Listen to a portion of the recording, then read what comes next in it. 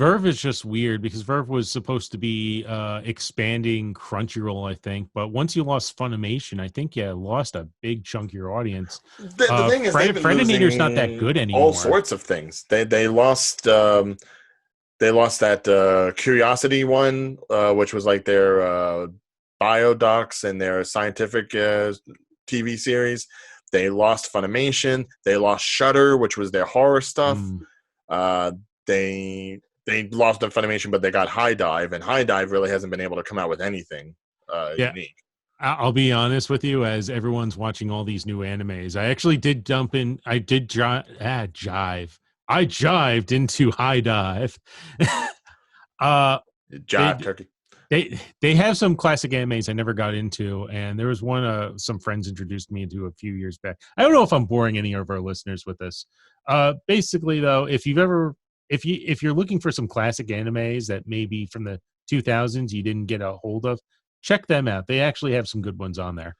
I won't bore Yeah, anyone but past they that. also have some of the more pervy and fan servicey kind of things too. So I mean, if you're a That's also true. degenerate, yes, you need High Dive. But if you're Yeah, not, a degenerate. a little bit.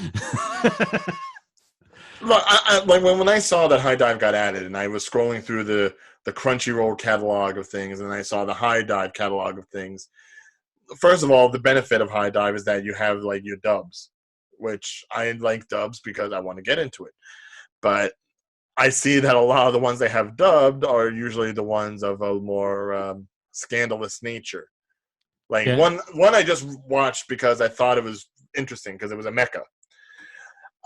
Dai Shogun, which is basically about a guy who inherits a giant robot and is supposed to be the new shogun in Nagasaki, sorry. But the thing is, he can only pilot the mecha as long as he is a virgin. okay. Yeah, 17-year-old boy, prime of his youth, gets a big old robot, but has to stay a virgin. Getting the giant robot, Shinji. So this isn't the one where all the warlords of Japan turn into women, or is this that one? No. This is far from that. Okay. No, this is just a bunch of different virgins getting with this virgin and him breaking out in rashes and passing out because he has never known the touch of a woman. And yet he is still expected to combat evil with the robot. Anime. You know what? When you do a deep dive in anime, you got to kind of watch where you land. Well, that's why it's Actually, called High Dive, because you got to be high to dive into it. I mean, there was an anime I watched when it was actually still part of Crunchyroll, and I guess now it's not. Now it's part of High Dive, but it fits into that segment. It's called Aoi-chan Can't Study. Oh, Uh, okay. Yeah, one of those mini short shows. And so it's like the episode's only like 7-8 minutes long or something. Yeah, but it is of a bit of a pervy nature. It's about a woman who her father is known for making pornographic stories and even named her into like some sort of pornographic name. I don't really know what the name means in Japan, but apparently it's considered a bit pervy.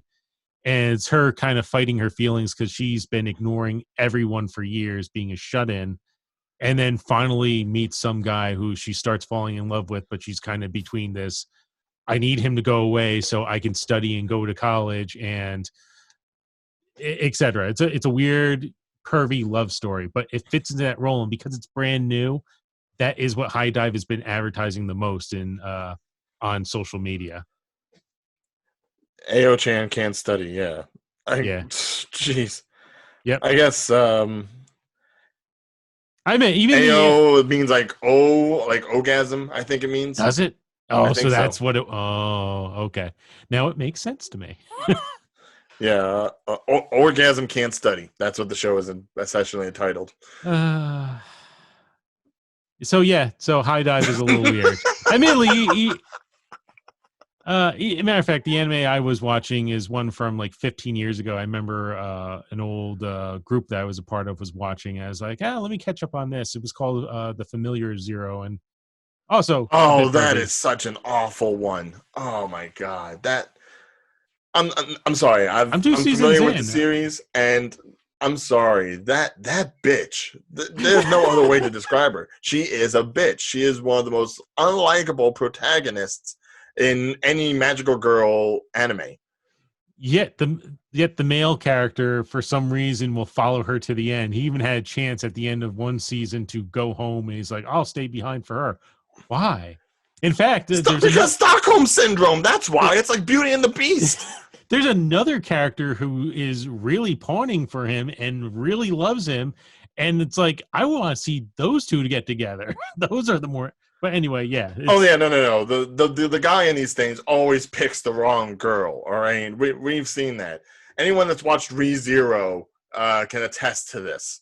By the way, I think I referenced ReZero in another episode of ours, and then I realized I never watched ReZero, and I think I never watched it because I know how creepy and bad it is. But yeah, Louise is a bitch.